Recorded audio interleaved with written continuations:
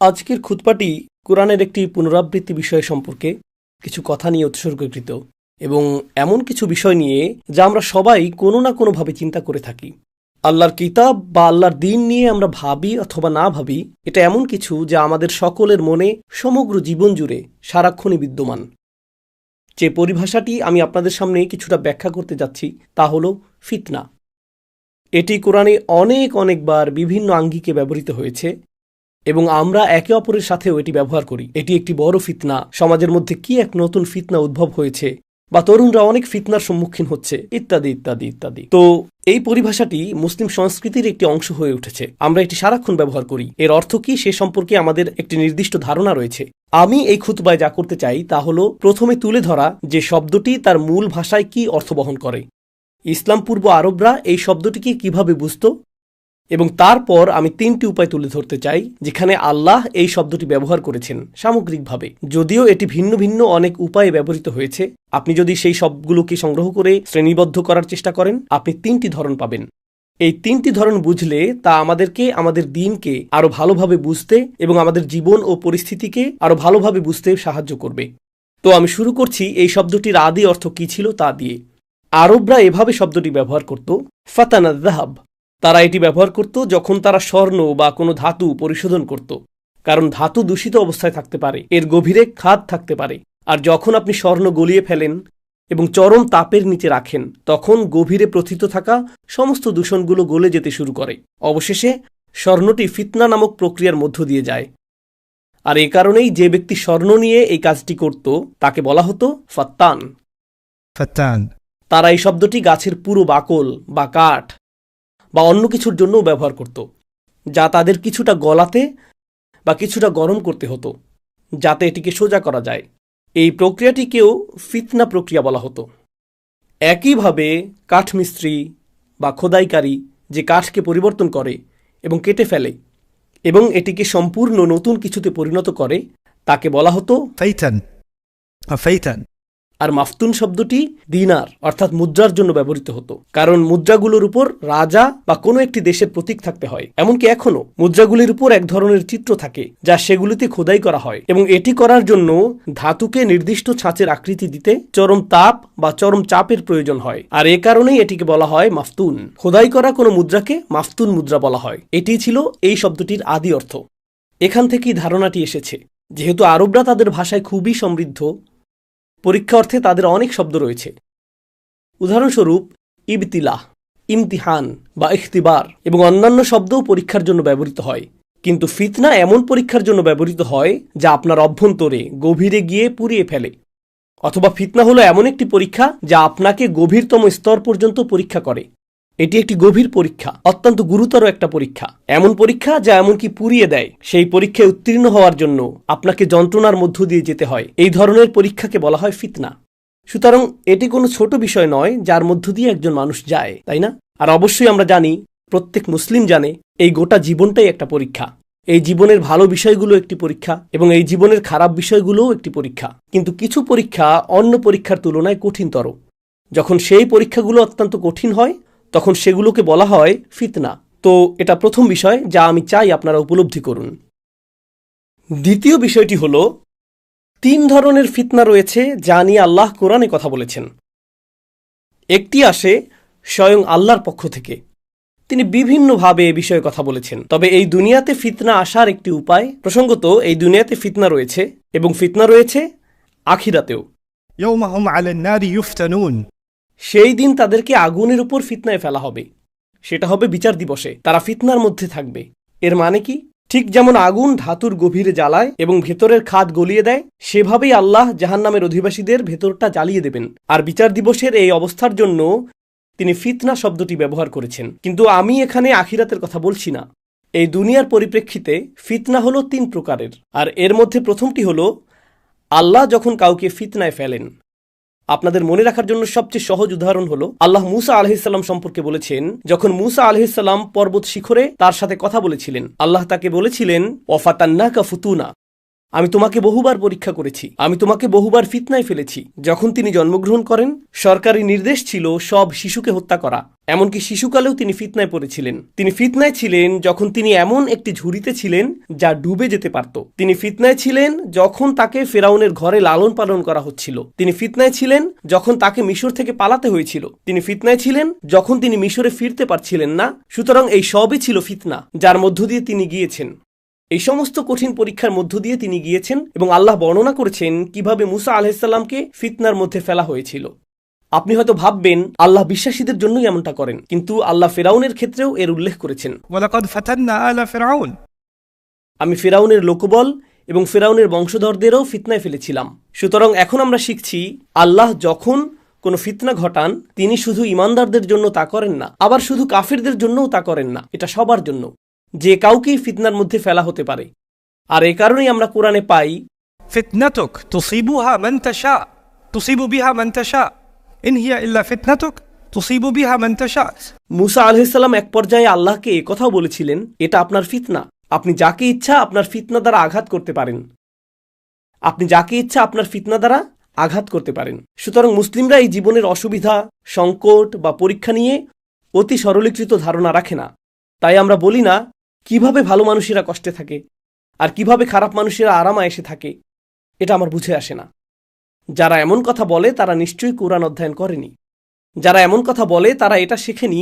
লাকাদ খালাকনাল ইনসানা ফি কাবাদ, কারণ আল্লাহ শুরু থেকেই এটা স্পষ্ট করে দিয়েছেন যে ফিতনা ঘটবেই এবং ওয়াত্তাকু ফিতনাতান লা তুসিবান্না আল্লাযিনা যালামু মিনকুম খাসা। আল্লাহ বলেছেন তোমাদের এমন ফিতনাকে ভয় করা উচিত যা শুধু তাদের উপরই আসবে না যারা অন্যায় করেছে। সুতরাং ফিতনা শুধু খারাপ বা অন্যায়কারী লোকদের উপরই আসে না, ফিতনা সবার উপরই আসে। আর কখনো কখনো কিছু মানুষের অপরাধের জন্য অনেক মানুষকে এর মূল্য দিতে হয়। অন্তত এই দুনিয়াতে বিষয়টা এমনই মনে হয়, কিছু লোক অপরাধ করে আর সবাইকে তার মূল্য দিতে হয়, তাই না? আর এটাই হলো ফিতনার প্রকৃতি। আল্লাহ নানানভাবে ফিতনা সৃষ্টি করেন এবং কিছু ফিতনা অত্যন্ত মারাত্মকভাবে অন্যায্য বলে মনে হয়। যেমন সম্প্রতি আমি ইউসুফ আলাইহিসসালামের ঘটনা নিয়ে আলোচনা করেছিলাম। আর ইউসুফ আলাইহিসসালামের সাথে তার জীবনের শুরু থেকে যা ঘটেছে তা ছিল অন্যায্য। আর তার ভাইরা তার সাথে যা করেছে তাতে তার কোনো দোষ ছিল না, তারা তাকে ফিতনায় ফেলেছিল। ফিতনার একটি ধরন পেলাম যখন আল্লাহ আপনাকে ফিতনায় ফেলেন। ওকে, তাহলে এবার দ্বিতীয় ধরনটি নিয়ে কথা বলা যাক। দ্বিতীয় ধরনটি হলো যখন মানুষ আপনাকে ফিতনায় ফেলে। যখন মানুষ ফিতনায় ফেলে, যেমন ইন্নাল্লাযীনা ফাতানুল মুমিনিনা ওয়াল মুমিনাত, যেমন রব্বানা লা তাজআলনা ফিতনাতাল লিল্লাযীনা কাফারু। যখন মানুষ আপনাকে কষ্টে ফেলে, যখন মানুষ ইমানদারদেরকে নির্যাতন করে, যখন মানুষ ইমানদারদেরকে আক্রমণ করে, যখন মানুষ অন্যায় করে, যখন মানুষ অন্যের উপর জুলুম করে, কুরআনে বর্ণিত এটি হলো দ্বিতীয় প্রকারের ফিতনা। যারা অন্যের বিরুদ্ধে অপরাধ করে তারা তাদেরকে ফিতনায় ফেলে। যারা নির্যাতন, নিপীড়ন, লুটতরাজ, হত্যা করে তারা অন্য মানুষকে ফিতনায় ফেলে। যারা অন্যদের সাথে দুর্ব্যবহার করে তারা মানুষকে ফিতনায় ফেলে। এটা আরেকটি ধরন। তো দুটি ধরনের ফিতনা পাওয়া গেল, একটি ফিতনা যা আল্লাহর পক্ষ থেকে আসে, আরেকটি ফিতনা যা মানুষের পক্ষ থেকে আসে। তৃতীয় আরেকটি ধরনও রয়েছে, যে ফিতনায় আমি নিজেকে ফেলি। ওয়ালাকিন্নাকুম ফাতানতুম আনফুসাকুম, আল্লাহ বলেন তোমরা নিজেরাই নিজেদেরকে ফিতনায় ফেলেছো, তোমরা নিজেদেরকে ফিতনার মধ্যে নিক্ষেপ করেছো। এখন আমরা তিনটি ধরন পেলাম। এখন আমাদেরকে বুঝতে হবে এই তিনটি কিভাবে কাজ করে। একটি হলো আল্লাহর পক্ষ থেকে ফিতনা, আর একটি হলো খারাপ মানুষের পক্ষ থেকে ফিতনা। আর প্রসঙ্গত এটা শুধু খারাপ মানুষই নয়, আমার স্পষ্ট করা উচিত ছিল এটা শুধু খারাপ মানুষের পক্ষ থেকে আসে না। আল্লাহ বলেছেন ইন্নামা আমওয়ালুকুম ওয়া আওলাদুকুম ফিতনা, এমনকি আপনার সন্তানরাও ফিতনা। সুতরাং আপনার সন্তানরা আপনাকে ফিতনায় ফেলে। শুধু কাফিররাই আপনাকে ফিতনায় ফেলে না, আল্লাহর শত্রুরাই আপনাকে ফিতনায় ফেলে না। যে শিশুটিকে আপনি ভালোবাসেন, যে সন্তানদের আপনি ভালোবাসেন, যে মেয়ের বিয়ে দেয়া নিয়ে আপনি আন্দোলিত, আর কয়েক সপ্তাহের মধ্যেই তার বিয়ে, আল্লাহ সেটাকেও ফিতনা বলেছেন, তাই না? সুতরাং ফিতনা আসে আল্লাহর পক্ষ থেকে, ফিতনা আসে মানুষের পক্ষ থেকে, এবং ফিতনা আসে নিজের ভেতর থেকে। এখন আল্লাহ কোরআনে যা বর্ণনা করেছেন তা হলো যখন মানুষের ঈমান দুর্বল থাকে তখন তারা কেমন হয়, তাদের সাথে কি ঘটে। যখন অন্য মানুষ তাদেরকে ফিতনায় ফেলে, মানুষ তাদেরকে ফিতনায় ফেলে, লাজাআলা ফিতনাতান নাসি কাআযাবিল্লাহ, এই ব্যক্তি মানুষের তৈরি ফিতনাকে এমনভাবে নেয় যখন মানুষ আপনার সাথে কোনো অন্যায় করে, মানুষ বাজে কিছু করে, তখন আপনি নিজের মাথায় সেটাকে এভাবে সাজিয়ে নেন, কেন আল্লাহ এমনটা হতে দিচ্ছেন, আল্লাহ নিশ্চয়ই আমাকে শাস্তি দিচ্ছেন। কেন আল্লাহ আমাকে শাস্তি দিচ্ছেন? আমি তো কিছু করিনি। এভাবে আপনি মানুষের তৈরি করা ফিতনাকে আল্লাহর আযাবের সাথে গুলিয়ে ফেলেন। এই খুতবার বাকি অর্ধাংশে আমার উদ্দেশ্য হলো এটা সঠিকভাবে বোঝার চেষ্টা করা। আল্লাহ এই পরিভাষাটি সম্পর্কে আমাদের কি জানাতে চান এবং আমরা যে পরীক্ষা ও প্রতিকূলতার মধ্য দিয়ে যাই তার কথা চিন্তা করে কিভাবে আমাদের জীবনকে অতিবাহিত করা উচিত। অবশ্যই এখানে উপস্থিত সকলেই জানেন আল্লাহর ইচ্ছা ছাড়া কোনো কিছুই ঘটে না। আমি আপনাদেরকে সাধারণ একটা উদাহরণ দিচ্ছি। যেমন জুমা শেষে আপনি বের হওয়ার সময় কেউ বাইরে থেকে একটি পাথর তুলে আপনার মাথায় ছুঁড়ে মারল। এটা আপনার মাথায় জোরে আঘাত করলো। আপনি ঘুরে তাকালেন, আপনি তার উপর রাগান্বিত। সে বলল, না না না, এটা আল্লাহর পক্ষ থেকে একটা ফিতনা, কেননা আল্লাহর ইচ্ছা ছাড়া কোনো কিছুই ঘটে না। ما أصاب من مصيبة إلا بإذن الله। কোনো বিপদ আসে না, কোনো অসুবিধা কাউকে স্পর্শ করতে পারে না যতক্ষণ না আল্লাহ চান তা ঘটুক। অতএব ভাই, আমি জানি আমি পাথরটা তুলেছি এবং আপনার দিকে ছুঁড়ে মেরেছি, আর আমি আমার নিজের নিশানা দেখে মুগ্ধ। আঘাতটি ছিল বেশ নিখুঁত, কিন্তু ব্যাপারটা হলো এটা নিয়ে আমার সাথে আপনার কথা বলা উচিত না। এটা নিয়ে সৃষ্টিকর্তার সাথে আপনার কথা বলা উচিত। এটা নিয়ে আল্লাহর সাথে আপনার কথা বলা উচিত। দেখুন, এটা হলো বুদ্ধিমত্তার ব্যাপার। এই সমস্যাটি বুঝতে সাহায্য করার জন্য আমি আরেকটি উদাহরণ দিচ্ছি। আপনারা জানেন পোকামাকড়ের মস্তিষ্ক খুবই ছোট, তাই না? আপনি যদি একটি পোকাকে বিরক্ত করেন এবং একটি কাঠি দিয়ে সেটিকে খোঁচা দিতে থাকেন, তখন এটি ওই কাঠির সাথেই লড়াই করতে শুরু করে। এটি কাঠিটিকে আক্রমণ করতে থাকে, কারণ পোকাটির কাছে সমস্যার উৎস হলো সেই কাঠি, তাই এটি সেটাকে আক্রমণ করে। কিন্তু আপনি যদি সামান্য বড় মস্তিষ্কের কোনো প্রাণী নেন, যেমন কুকুর বা সাপ, আর একটি লাঠি নিয়ে আপনি যদি সাপটিকে বিরক্ত করেন, এটা তখন লাঠিকে আক্রমণ করবে না। সে তখন দেখতে পায় যে লাঠির পেছনে অন্য কেউ আছে, এটা আপনাকে কামড় দেবে। কুকুরটি লাঠিটিকে কামড়াতে যাবে না, কুকুরটি আপনাকে কামড় দেবে, কারণ এর মস্তিষ্ক অপেক্ষাকৃত বড়। আচ্ছা, ফিতনা হলো এই লাঠিটা, কিন্তু আসল ফাতিন যে আমাকে এই পরিস্থিতিতে ফেলেছে সে হলো লাঠি ধরে থাকা ওই ব্যক্তিটি। আর আমাদের মস্তিষ্ক কুকুর এবং সাপের চেয়েও বড়। তো লোকটি যুক্তি দিচ্ছে, আমি তোমার দিকে পাথর ছুঁড়েছি, তুমি আমাকে দেখছো, কিন্তু আমি তো কেবল একটা লাঠি। আমার পেছনে তো আছে আল্লাহরই শক্তি, এটা আল্লাহ করেছেন, আমি না, তাই আল্লাহকে দোষ দাও। ধারণাটি এরকম। তাই যেহেতু সব কিছু আল্লাহর ইচ্ছাতেই হয়, আমাদের সাথে ঘটে যাওয়া সকল খারাপির জন্য আল্লাহকে দোষারোপ করা উচিত। এখন এই সমস্যাটি বোঝার জন্য প্রথমে আমি নিশ্চিত করতে চাই আপনারা সমস্যাটি বুঝতে পেরেছেন। এখন আমরা এর সমাধানটা কিভাবে বুঝতে পারি? আল্লাহ যা করেছেন তা হলো এই দুটি বিষয়কে পৃথক করেছেন। আল্লাহ কোনো কিছু ঘটতে দেওয়াটা আর আল্লাহর কোনো কিছু ঘটানোর আকাঙ্ক্ষা করা একই বিষয় নয়। আল্লাহ এই পৃথিবীতে এমন অনেক জিনিস ঘটতে দেন যা আল্লাহকে রাগান্বিত করে তোলে। প্রকৃতপক্ষে আল্লাহ কোরআনে রাগ প্রকাশ করেছেন। যদি সব কিছু ঠিক সেভাবেই ঘটত যেভাবে আল্লাহ চান বা যেভাবে আল্লাহ ইচ্ছা করেন, সব কিছু যদি আল্লাহর সন্তুষ্টি অনুযায়ী ঘটত, তাহলে কোনো কিছু নিয়েই আল্লাহর কখনোই অসন্তুষ্ট হওয়ার কথা ছিল না, কারণ তিনিই তো এই সব কিছু করেছেন। কিন্তু আল্লাহ বলেছেন, গদিবাল্লাহু আলাইহিম, আল্লাহ তাদের উপর রাগান্বিত হয়েছেন। তাফসীরকারকগণ এর কি ব্যাখ্যা দিয়েছেন? এখানে পার্থক্য রয়েছে। আল্লাহর রিদা অর্থাৎ আল্লাহর সন্তুষ্টি, আল্লাহর নিজের ইচ্ছায় কিছু করা বা নিজের আকাঙ্ক্ষা থেকে কিছু করা, বনাম তার শুধু এটিকে ঘটতে দেয়া। তিনি তার নিজের প্রজ্ঞা থেকে সিদ্ধান্ত নিয়েছেন, তিনি নির্দিষ্ট কিছু বিষয়কে ঘটতে দিবেন, যদিও তিনি নিজে সেই বিষয়গুলো নিয়ে সন্তুষ্ট নন। তিনি মানুষকে সেই স্বাধীনতা দিয়েছেন। তিনি মানুষকে সেই স্বাধীনতা দিয়েছেন এমন সব কাজ করার জন্য যা তাকে অসন্তুষ্ট করে। তিনি তাদেরকে সেই স্বাধীনতা দিয়েছেন। আর প্রথমবার আল্লাহ যখন এটা করলেন, যখন তিনি মানবজাতিকে সৃষ্টি করলেন, তখন ফেরেশতারাও বিভ্রান্ত হয়ে পড়েছিল, কেননা আপনি মানুষকে এমন সব কাজ করার সামর্থ্য দিচ্ছেন যা আপনি নিজে পছন্দ করেন না। ইয়া আল্লাহ, আপনি এই কাজগুলো পছন্দ করেন না, কিন্তু আপনি তাদেরকে এই কাজগুলো করতে দিচ্ছেন। কিভাবে আপনি তাদেরকে এগুলো করতে দিলেন? أتجعل فيها من يفسد فيها ويسفك الدماء। তারা এটা বুঝতে পারেনি। আর আল্লাহ বলেছেন, এই মানবজাতিকে আরও অনেক জটিল ও শক্তিশালী উদ্দেশ্যে সৃষ্টি করা হয়েছে, যা এমনকি ফেরেশতারাও তখন পর্যন্ত বোঝার জন্য প্রস্তুত ছিল না। ইন্নী আলামু মা লা তা'লামুন, আমি এমন কিছু জানি যা তোমরা জানো না। তিনি ফেরেশতাদের এই কথা বলেছিলেন। এখন আল্লাহ তাকে অসন্তুষ্ট করার স্বাধীনতা আমাকে দিয়েছেন। অন্য কারোর কথা ভুলে যান। আমি এখানে ফেরাউন বা শয়তানকে নিয়ে বলছি না, আমি আমার নিজের ব্যাপারে বলছি। আর আমাদের প্রত্যেকেরই নিজেকে নিয়ে ভাবা উচিত। আল্লাহ আমাকে তার অবাধ্য হওয়ার ক্ষমতা দিয়েছেন। আল্লাহ আমাকে স্বাধীনতা দিয়েছেন তাকে অসন্তুষ্ট করার, স্বাধীনতা দিয়েছেন তাকে রাগান্বিত করার, স্বাধীনতা দিয়েছেন গীবত করার, স্বাধীনতা দিয়েছেন অপবাদ দেওয়ার, স্বাধীনতা দিয়েছেন হারাম খাওয়ার, স্বাধীনতা দিয়েছেন অন্যকে আক্রমণ করার। তিনি আমাকে সেই স্বাধীনতা দিয়েছেন, তিনি আমাকে সেটা করার সামর্থ্য দিয়েছেন।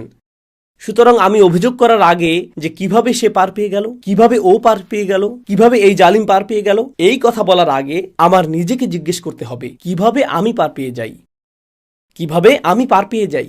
এই কিছুদিন আগেই বিশ্বে যা ঘটছে এই বিষয়ে একজনের সাথে আমার কথা হয়েছিল। আর আমরা সবাই জানি গাজায় কি ঘটছে। আল্লাহ গাজার মুসলিমদের সাহায্য করুন এবং শহীদদেরকে জান্নাত নসিব করুন আর তাদের পরিবারগুলোতে সবর দান করুন এবং আমাদেরকে সেই ধরনের তাওয়াক্কুল ও ইমানের এক বিন্দু হলেও দান করুন যা এই মানুষগুলো প্রদর্শন করেছে এবং তাদেরকে বিজয় দান করুন। তো একজন এসে জিজ্ঞেস করলো, আল্লাহ কিভাবে এটা ঘটতে দিচ্ছেন, আল্লাহ কেন এটা থামিয়ে দিচ্ছেন না? কারণ এটা আল্লাহর পক্ষ থেকে ফিতনা। কেন আল্লাহ এটা থামিয়ে দিচ্ছেন না? তাহলে বিষয়টা দাঁড়াচ্ছে, চলুন এটা নিয়ে যুক্তিসঙ্গতভাবে ভাবা যাক। আপনি যদি চান আল্লাহ এটা থামিয়ে দিন, যদি চান আল্লাহ হস্তক্ষেপ করুন, তাহলে আপনি আর আমি যখন অবাধ্য হই আল্লাহর কি হস্তক্ষেপ করা উচিত না? আপনি ঠিক কোথায় সীমা টানবেন? না, যদি তারা মানুষ হত্যা করে তবে আল্লাহর থামানো উচিত, কিন্তু তারা চুরি করলে সেটা তেমন খারাপ না, তখন আল্লাহর হস্তক্ষেপ না করলেও চলবে। অথবা আপনি যদি মিথ্যা বলেন তখন না না না আমার জিহ্বাকে সত্য বলতে বাধ্য করা যাবে না, না না অতটা নিয়ন্ত্রণ না, কিন্তু নির্দিষ্ট সীমার পর আল্লাহর বিষয়গুলো থামিয়ে দেওয়া উচিত। আল্লাহ মানুষকে এই পৃথিবীতে পাঠিয়েছেন এবং তিনি তাদেরকে একে অপরের জন্য ফিতনায় পরিণত হওয়ার অনুমতি দিয়েছেন। আল্লাহ তাদের একে অপরের জন্য ফিতনা হতে দিয়েছেন। আর আমরা যখন একে অপরকে ফিতনায় ফেলি, মানুষ যখন একে অপরকে ফিতনায় ফেলে আর তারপর আমরা বলি না না না এটা আল্লাহর দোষ, আল্লাহ এমনটা করেছেন, কোনো মানুষ নয়, এটাই হলো আপনি যখন নিজেকে নিজে ফিতনায় ফেলেন। এটি তৃতীয় ধরন। এটা আল্লাহর পক্ষ থেকে, শুধু এই অর্থে যে আল্লাহ আপনাকে পরীক্ষিত হতে দিয়েছেন। আল্লাহ একটি পরিস্থিতি তৈরি করেন এবং আপনাকে পরীক্ষার সম্মুখীন হতে দেন, এটা দেখতে যে আপনি কেমন প্রতিক্রিয়া দেখাবেন, আমি কেমন প্রতিক্রিয়া দেখাবো, ব্যাস এইটুকুই। আপনারা জানেন ইসলাম ছাড়া ভিন্নধর্মী আরও মানুষ আছে, তারাও কিন্তু স্রষ্টায় বিশ্বাস করে। কিছু মানুষ এক নিপীড়ক স্রষ্টায় বিশ্বাস করে, যে মানুষকে যন্ত্রণা দিয়ে মজা পায়, যে এই খেলা উপভোগ করে। যেমন পুরনো দিনের রাজারা তাদের বিনোদনের জন্য যা করত, তারা একটি স্টেডিয়ামে যেত, সেখানে একজন বন্দীকে বের করে আনত আর একটা সিংহ বের করে আনত, আর মানুষটিকে সিংহটির ছিঁড়ে খেতে দেখাটা তারা উপভোগ করত নিজেদের বিনোদনের জন্য। তাই মানুষের এই অসুস্থ ধারণা তৈরি হলো যে রাজারা তাদের প্রজাদের কষ্ট দেওয়াটা উপভোগ করে। কিছু লোক এমন দর্শনও তৈরি করেছে যে আচ্ছা একজন স্রষ্টা আছেন, তিনি এই মহাবিশ্ব সৃষ্টি করেছেন, কিন্তু তিনি এটা দেখে উপভোগ করেন যে আমরা একে অপরকে পুড়িয়ে দিচ্ছি, আমরা একে অপরকে হত্যা করছি। তাদের দৃষ্টিতে এই হলো স্রষ্টার স্বরূপ। এই ধরনের ধারণাকেই বলা যায় মানুষের নিজেকে নিজে ফিতনায় ফেলা। জাআলা ফিতনাতান নাসি কাআযাবিল্লাহ। এটাই সেই বিষয়। আল্লাহ আযজা ওয়া জাল্লা নিজেও এর বর্ণনা দিয়েছেন। আল্লাহ যখন আমাকেও আপনাকে ফিতনাতে ফেলেন, এর একটি উদ্দেশ্য রয়েছে। আসুন উপসংহারে আসি। আল্লাহ যে আমাকে ফিতনাতে ফেলেছেন এটা বোঝার সঠিক পদ্ধতি কি? যদি কেউ আমার টাকা চুরি করে তবে সেই ব্যক্তি আমাকে ফিতনাতে ফেলেছে, কিন্তু আল্লাহ এটা হতে দিয়েছেন, আল্লাহ এটা ঘটার অনুমতি দিয়েছেন। সুতরাং চূড়ান্ত প্রশ্নটি হলো কেন আল্লাহ এটি ঘটার অনুমতি দিলেন? দুটি কারণ। আল্লাহ সেই চোরকে পরীক্ষা করেছেন এবং আল্লাহ আমাকেও পরীক্ষা করেছেন। আর সেই লোকটি ইতিমধ্যেই ব্যর্থ, কারণ সে চুরি করেছে। এখন যে অংশটি বাকি তা হলো আমি কি করতে যাচ্ছি, আমি এই পরীক্ষায় পাশ করব নাকি করব না। কারণ এখানে দুটি ভিন্ন পরীক্ষা চলছে। জালিম তার নিজের পরীক্ষা দিচ্ছে, মজলুম তার নিজের পরীক্ষা দিচ্ছে। তাদের দুজনকেই পরীক্ষা করা হচ্ছে। জালিম ইতিমধ্যেই ব্যর্থ হয়েছে, কারণ সে আল্লাহর ইচ্ছার বিরুদ্ধে কাজ করেছে। কিন্তু যার উপর অন্যায় করা হয়েছে এখন তাকে সিদ্ধান্ত নিতে হবে যে সে কিভাবে প্রতিক্রিয়া দেখাবে। সে কি আল্লাহর ইচ্ছা অনুযায়ী প্রতিক্রিয়া দেখাবে নাকি আল্লাহর ইচ্ছার বিরুদ্ধে প্রতিক্রিয়া দেখাবে? সে কি বলবে এটা থেকে আমি কি শিখতে পারি?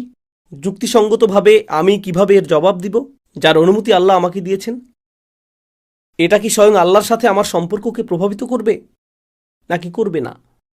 আর মানুষের মধ্যে এই সমস্যা তৈরি হয় যে তারা তাদের সংকটকালের জন্য আল্লাহকে দোষারোপ করতে চায়। আমি আপনাদের বলছি আল্লাহ এটাকে আমাদের ফিতরার মধ্যে ফেলে দিয়েছেন। তিনি মানুষের প্রকৃতিতে এটা দিয়েছেন। এটা বোঝার জন্য আপনাকে মুসলিমও হতে হবে না। আল্লাহ আমাদের প্রকৃতির মধ্যে এই বোধশক্তি দিয়েছেন যে আসলে মানুষই একে অপরকে সংকটে ফেলে। আপনি যদি এখন আপনার গাড়ি চালাতেন আর কেউ আপনাকে পেছন থেকে ধাক্কা দিত, আল্লাহ আপনাকে রক্ষা করুন, কিন্তু এমনটা ঘটলে কেউ পেছন থেকে ধাক্কা দিলে সাথে সাথে আপনি বলেন না ইয়া আল্লাহ মা হাযিহিল ফিতনা। আপনি পেছনে তাকিয়ে বলেন, এই যে ভাই দেখে চলুন, ফোনে কথা বলছেন কেন? সাথে সাথেই যেই ব্যক্তি ধাক্কা দিয়েছে তাকে আপনি দোষ দেন, আপনি আল্লাহকে দোষ দেন না। আপনি আল্লাহকে দোষ দেন না, আপনি বলেন এই আপনার ড্রাইভিং লাইসেন্স দিন, আমি পুলিশ ডাকছি। তাৎক্ষণিকভাবেই আপনি তাকে দায়ী করছেন, তাই না? আর এই একই ব্যক্তি যখন তার সাথে খারাপ কিছু ঘটে, সে বলে আমি এই লোকটিকে দায়ী করতে চাই। কিন্তু যখন সে নিজে কোনো ভুল করে, সে বলে এটা তো আল্লাহর ইচ্ছা ছিল, আমার কি করার আছে। قدر الله ما شاء فعل। বুঝতে পারছেন? এটা এক ধরনের মুনাফিকি, তাই না? অন্যদের দায়ী করতে চাই কিন্তু নিজেকে নয়। তো মানুষ এসব বিষয় নিয়ে দর্শন কপচায় এবং তারা এসব নিয়ে কথা বলে এবং তারা নিজেদেরকে ফিতনাতে ফেলে দেয়। আল্লাহ এমন লোকদের সম্পর্কে বলেছেন, ألا في الفتنة سقطوا। তারা কি ইতিমধ্যেই ফিতনায় পতিত হয়নি? তারা কি ইতিমধ্যেই পতিত হয়নি? এজন্যই আল্লাহর কিতাব অধ্যয়ন এবং আল্লাহর কিতাব নিয়ে গভীরভাবে চিন্তা করা এত বেশি গুরুত্বপূর্ণ। এ কারণেই এটা বোঝা জরুরি যে একটি দৃশ্যমান জগৎ আছে এবং একটি অদৃশ্য জগৎও আছে। আর আল্লাহ যা কিছু করেন সেগুলোর পেছনে একটি উদ্দেশ্য থাকে। এটা কখনো উদ্দেশ্যহীন নয়। আল্লাহ আমাকে উদ্দেশ্য ছাড়া সৃষ্টি করেননি, আর আল্লাহ আমাকে এমন কোনো পরিস্থিতিতেও ফেলেন না যার কোনো উদ্দেশ্য নেই। সেই প্রত্যেকটি উদ্দেশ্যের পেছনেই কোনো না কোনো হিকমা রয়েছে। মানুষ একে অপরের সাথে নির্বুদ্ধিতা সুলভ কাজ করে থাকে, কিন্তু আল্লাহ সেই সব নির্বোধ কাজের পেছনেও প্রজ্ঞাপূর্ণ কোনো উদ্দেশ্য না থাকার সুযোগ দেন না। এ কারণেই তিনি ইউদাব্বিরুল আমর, তিনি তাদবিরুল আমর ঘটান। তিনি সব কিছু পরিকল্পনা করেন। এমনকি আমাদের যে সকল কাজের পরিকল্পনা আমরা করি না অথবা খুবই বাজে পরিকল্পনা করি, সেগুলোর পেছনেও আল্লাহর মহৎ কোনো হিকমা নিহিত থাকে। আল্লাহ যেন আমাদের এমন মানুষে পরিণত না করেন যারা মাফতুন, যারা ফিতনায় পতিত হয়, যাতে আমরা আল্লাহর পরীক্ষাকে মানুষের উপর মিথ্যাভাবে আরোপ না করি। মানুষ একে অপরের ক্ষতি করে আনন্দ পায়, কিন্তু আল্লাহ পরীক্ষা করেন শুধু আমার নিজের ভালোর জন্যই। আল্লাহ আমাকে এমন কোনো পরীক্ষায় ফেলবেন না যা থেকে আমি শেষ পর্যন্ত উপকৃত হব না। কোনো না কোনোভাবে এটি এমন হয়ে উঠবে যা আমার মর্যাদাকে বাড়িয়ে দেবে। يرفع الله الذين آمنوا منكم والذين أوتوا العلم درجات। তোমাদের মধ্যে যারা ঈমান এনেছে এবং যাদেরকে জ্ঞান দান করা হয়েছে, আল্লাহ তাদের মর্যাদাকে উন্নীত করবেন। আর আল্লাহ মর্যাদা বৃদ্ধি করেন আরো এবং আরো বেশি পরীক্ষার মাধ্যমে। সুতরাং আল্লাহ যেন আমাদেরকে সেই পরীক্ষাগুলো বোঝার এবং জীবনে আমরা যেসব পরীক্ষার মুখোমুখি হতে চলেছি সেগুলোতে উত্তীর্ণ হওয়ার তৌফিক দান করেন। এই হলো আমার সর্বশেষ উপদেশ, যা আমি নিজেকে এবং আপনাদের সকলকে দিচ্ছি। আল্লাহ আযজা ওয়া জাল্লা এই উম্মাহকে প্রস্তুত করছেন। তিনি এই উম্মাহকে প্রস্তুত করছেন। সূরা আল বাকারায় তিনি আমাদের এক নতুন উম্মাহ হিসেবে ঘোষণা করেছেন, وكذلك جعلناكم أمة وسطا। তিনি আমাদের একটি ভারসাম্যপূর্ণ জাতি ঘোষণা করেছেন এবং সেই একই সূরায় তিনি বলেছেন, ولنبلونكم بشيء আমি অবশ্যই তোমাদেরকে পরীক্ষা করব, সকল ধরনের জিনিস দিয়ে পরীক্ষা করব। من الخوف والجوع ونقص من الأموال والأنفس والثمرات। আমরা তোমাদেরকে অনেক পরীক্ষার মধ্যে ফেলবো, অনেক এবং অনেক বেশি পরীক্ষায় ফেলবো। কিন্তু এর ফলাফল কি হবে? কিভাবে বুঝবে যে তুমি পরীক্ষায় উত্তীর্ণ হয়েছো? কে ভালো ফল লাভ করবে? কিভাবে জানবে যে তুমি পরীক্ষায় উত্তীর্ণ হয়েছো? সেটা রয়েছে আয়াতটির শেষাংশে। আল্লাহ বলেছেন, وبشر الصابرين الذين إذا أصابتهم مصيبة قالوا إنا لله وإنا إليه راجعون। অভিনন্দন তাদের যারা পরীক্ষায় উত্তীর্ণ হয়েছে। অভিনন্দন সেই সব মানুষদের যারা সবর অবলম্বন করতে পারে। আর সবর বলতে কি বোঝায়? সেই সব মানুষ যখনই কোনো অসুবিধা বা যে কোনো বিপদ, যে কোনো পরীক্ষা তাদেরকে আঘাত করে, তারা বলে আমরা আল্লাহর জন্য এবং আমাদেরকে আল্লাহর কাছেই ফিরে যেতে হবে। তারা উপলব্ধি করে এই পরীক্ষাগুলোর প্রত্যেকটিই অস্থায়ী এবং আল্লাহর দিকে প্রত্যাবর্তনই হলো স্থায়ী। অস্থায়ী কষ্ট, স্থায়ী পুরস্কার। ঠিক আপনার ও আমার মতো আমাদেরও অস্থায়ী কষ্ট আছে। কোনো ছাত্রের পরীক্ষা আসন্ন, পড়াশোনা বেশ কঠিন, অস্থায়ী কষ্ট, দীর্ঘমেয়াদী সুবিধা। আপনি যদি ব্যবসায়ী হন, কিছু মানুষ খুচরা ব্যবসা করে, সেখানে ব্ল্যাক ফ্রাইডে অথবা শয়তান থার্সডে এরকম যাই থাকুক, বিক্রয়ের এরকম উপলক্ষ আসে আর কাজের অনেক চাপ থাকে। এর জন্য মাথা ব্যথাও অনেক, কর্মচারী সংক্রান্ত অনেক সমস্যা থাকে, ব্যবসায়িক অনেক সমস্যা থাকে, নিরাপত্তা সংক্রান্ত সমস্যা থাকে, এই সব কিছুই থাকে। তবুও আপনি এত পরিশ্রম করছেন। দীর্ঘমেয়াদী সুফল, যে পরিমাণ অর্থ আসে তা আসলেই বেশ ভালো। সুতরাং যখনই দীর্ঘমেয়াদী কোনো সুবিধা থাকে, আপনাকে প্রথমে কষ্টের মধ্য দিয়ে যেতে হয়। আর ইমানদাররা এটা উপলব্ধি করে তাদের গোটা জীবনের প্রেক্ষিতে। আল্লাহ আমাকে একটি স্বল্পমেয়াদী কষ্টের মধ্যে ফেলবেন, তারপর আরেকটি, এমনকি এটি যদি আজীবনের অসুস্থতাও হয়, এমনকি সেই জীবনব্যাপী অসুস্থতাও একটি স্বল্পমেয়াদী কষ্ট, দীর্ঘমেয়াদী সেই সুবিধার তুলনায় যা সামনে আসছে। আর এই উপলব্ধিটি তারা এখান থেকে পায়। ইন্না লিল্লাহি ওয়া ইন্না ইলাইহি রাজিউন। আমরা আল্লাহর জন্য এবং একমাত্র আল্লাহর কাছেই আমরা ফিরে যাব। আল্লাহ আমাদের সকলকে তাদের অন্তর্ভুক্ত করুন যারা সকল পরীক্ষায় উত্তীর্ণ হয়। বারাকাল্লাহু লি ওয়া লাকুম ফিল কুরআনিল হাকিম ওয়া নাফা'নি ওয়া ইয়্যাকুম বিল আয়াতি ওয়াজ যিকরিল হাকিম।